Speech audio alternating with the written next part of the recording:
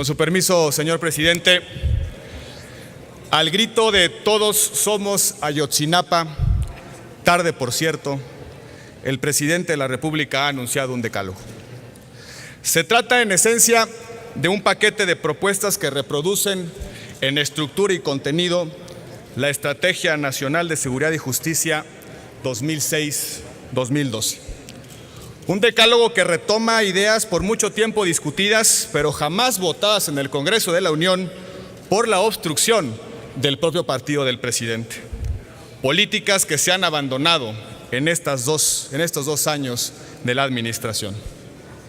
En efecto, el decálogo responde a 3 grandes ejes: operativos de fuerza para contener la acción criminal en regiones de alta incidencia delictiva, cambios normativos e institucionales y reconstrucción del tejido social. Cualquier parecido con otro tipo de acuerdos es pura coincidencia, claro. Si bien incorpora explícitamente el combate a la corrupción como un eje adicional, las propuestas bordan sobre los modelos e institutos generados en la primera alternancia: transparencia, control interno sobre la gestión pública, Compranet, auditoría sobre obra pública, etc. Nada nuevo ni distinto en consecuencia. De las medidas anunciadas, 7 son propuestas de cambios legales: desaparición de ayuntamientos, redefinición de competencias en materia penal, policías estatales únicas, clave única de identidad, justicia cotidiana, derechos humanos y autonomía de la Comisión Nacional, sistema integral de anticorrupción.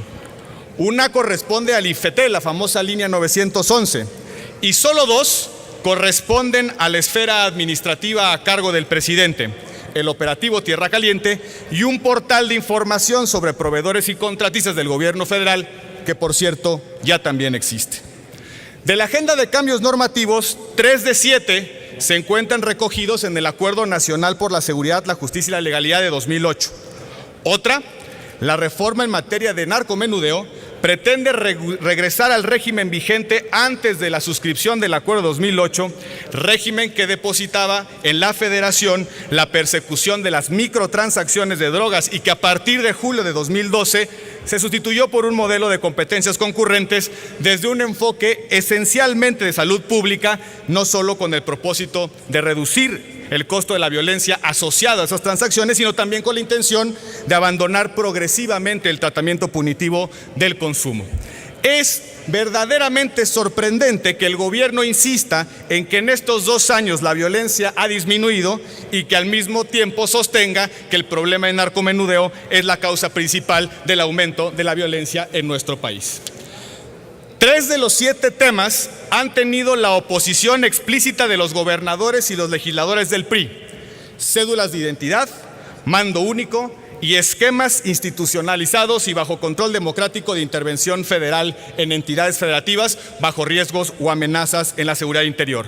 Hay que recordar que en 2010 el grupo parlamentario del PRI se opuso a la Ley de Seguridad Nacional que establecía los marcos de intervención de la Federación en estados y municipios. En una de las propuestas existe ya una figura constitucional equivalente: la suspensión y desaparición de ayuntamientos o la revocación del mandato a sus miembros. Está en el artículo 115 de la Constitución, por si no lo han encontrado. En una más, la propuesta versa sobre restablecer instituciones desmanteladas al inicio de esta administración bajo una falsa promesa de que iba a escalar su eficacia, el caso específico de la Secretaría de la Función Pública. O bien, otras propuestas que ya son texto vigente, pero que no han sabido utilizar desde el gobierno de la República. Los tipos y sanciones a empresas que participen en actos de corrupción ya están previstas en una ley, la Ley de Anticorrupción, vigente desde 2012. Falta que el gobierno las aplique.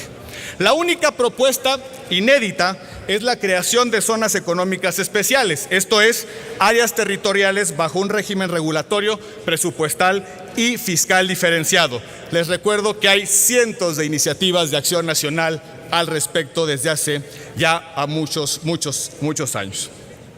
Si entre las condiciones económicas y la criminalidad, como dice el decálogo, existe una causalidad directa, al grado de que no existe solución de mediano plazo que no pase por el canal de la justicia social, ¿por qué no ampliar esta estrategia de las zonas especiales a todas las entidades con altos índices delictivos?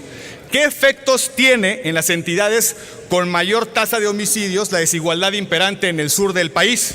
¿Por qué se está incrementando la recurrencia delictiva en estados relativamente prósperos como el Estado de México?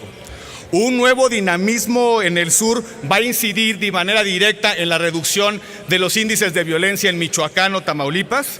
¿No será que la violencia persiste en nuestro país precisamente por los cambios en la fenomenología del crimen y la debilidad crónica de nuestras instituciones, o bien por lo que han dejado de hacer en estos 2 años? Y en efecto, en estos 2 años han dejado muchas cosas que hacer. Por ejemplo, en 2013 se redujo en un 7% el presupuesto para fortalecimiento de control de confianza. En 2013 se redujo en un 11% el presupuesto para la profesionalización de las instituciones de seguridad pública, es decir, presupuesto a la baja en la encomienda principal y el desafío mayor de nuestro Estado, que es justamente generar capacidades policiales. En 2014 repitieron la dosis. 13% y 17% de reducción del presupuesto respectivamente y una reducción del 6% en los programas de prevención social. Con independencia de las inconsistencias y contradicciones internas del decálogo, cabe preguntar si el presidente de la República no encontró en su órbita directa, en ese conjunto de potestades que le da la Constitución y la ley, algunas decisiones que pudiera haber tomado por sí mismo para mejorar el estado de cosas, o, como si se desprende del decálogo, no le quedó más que recurrir a cambios constitucionales o legales. La narrativa reformista del gobierno ha sido tan exitosa que el propio presidente ya se acabó por convencer de que los poderes ejecutivos se reducen a la facultad de iniciativa constitucional o legislativa. Sin obviar la necesidad de nuevas reglas e instituciones, el presidente ha renunciado a tomar decisiones y ha remitido al Congreso, como aquel que se sacude las manos, la responsabilidad de resolver la crisis actual. ¿Qué puede hacer el presidente de la República por sí mismo? Algunas ideas. ¿Qué tal si para apuntalar la depuración policial en todo el país, el presidente por fin nombra al titular del Centro Nacional de Certificación y Acreditación, órgano que regula los procesos de control de confianza, que se encuentra con encargada de despacho desde octubre del 2012? Según el gobierno federal, las policías municipales son la fuente cancerígena de la inseguridad y de la cooptación del crimen organizado. Si es así, ¿por qué no instruir a la Secretaría de la Defensa Nacional a revocar las licencias colectivas de armas de fuego cuando tenga indicios de infiltración del crimen organizado en esos ayuntamientos, por lo menos para que los policías municipales no agredan a los ciudadanos con esas armas? ¿Qué obstáculos legales enfrenta el presidente que le impide desplegar fuerza federal en entidades o regiones y suplir a las corporaciones locales, como lo ha hecho de manera sistemática al inicio del sexenio y como lo está anunciando para el caso de Tierra Caliente?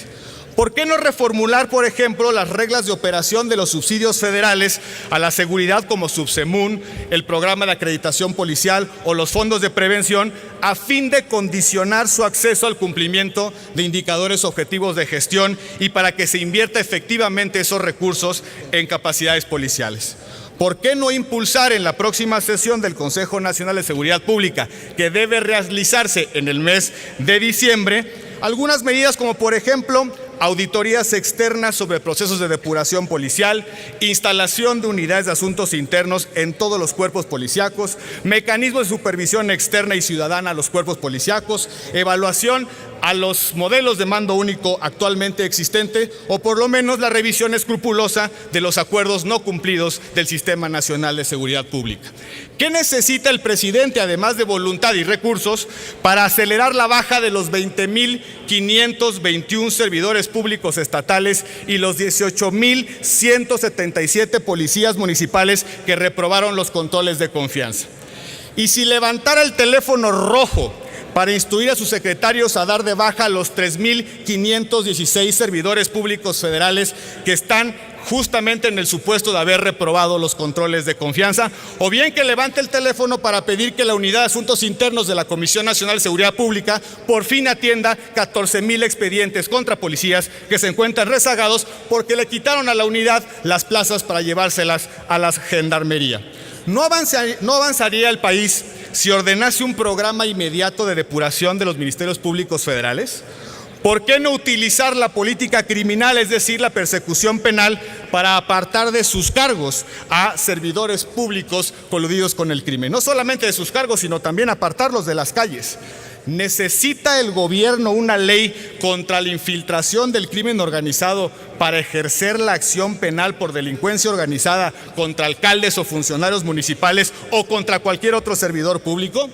En lo que el Congreso analiza las miles de iniciativas en materia de tortura, desaparición forzada de personas, uso legítimo de la fuerza, protección de derechos humanos que han presentado senadoras y senadores de los partidos de oposición, ¿no sería buena idea que el presidente utilizara la facultad reglamentaria para emitir protocolos o utilizar el Sistema Nacional de Seguridad Pública para fijar directrices a los gobernadores? El tamaño político y ético, señoras senadoras y señores senadores, de un gobierno se define por su capacidad para entender los problemas, explicarlos, tejer alternativas y movilizar a la sociedad para alcanzar objetivos valiosos. Ahí radica la esencia de la verdadera eficacia. Esa es la primerísima misión del liderazgo político. El gobierno del presidente Enrique Peña Nieto no encuentra los diagnósticos y, por supuesto, está errando en las salidas para enfrentar la crisis. Puede hacer más de lo que su decálogo plantea. No necesita de periodos extraordinarios para poner manos a la obra. El PAN va a contribuir a las soluciones de México. Tenemos experiencia e ideas. No vamos a acompañar ocurrencias, enfoques centralistas o recursos autoritarios. Las iniciativas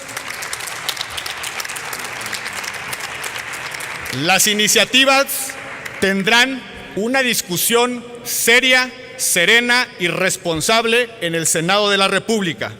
México no se merece remedios presurosos para librar coyunturas o superar climas de opinión. No se merece atentados a la forma histórica de nuestra organización política. Acción Nacional va a hacer, como siempre, lo correcto. Vamos a hacer lo que le conviene a nuestro país. Por su atención, muchas gracias.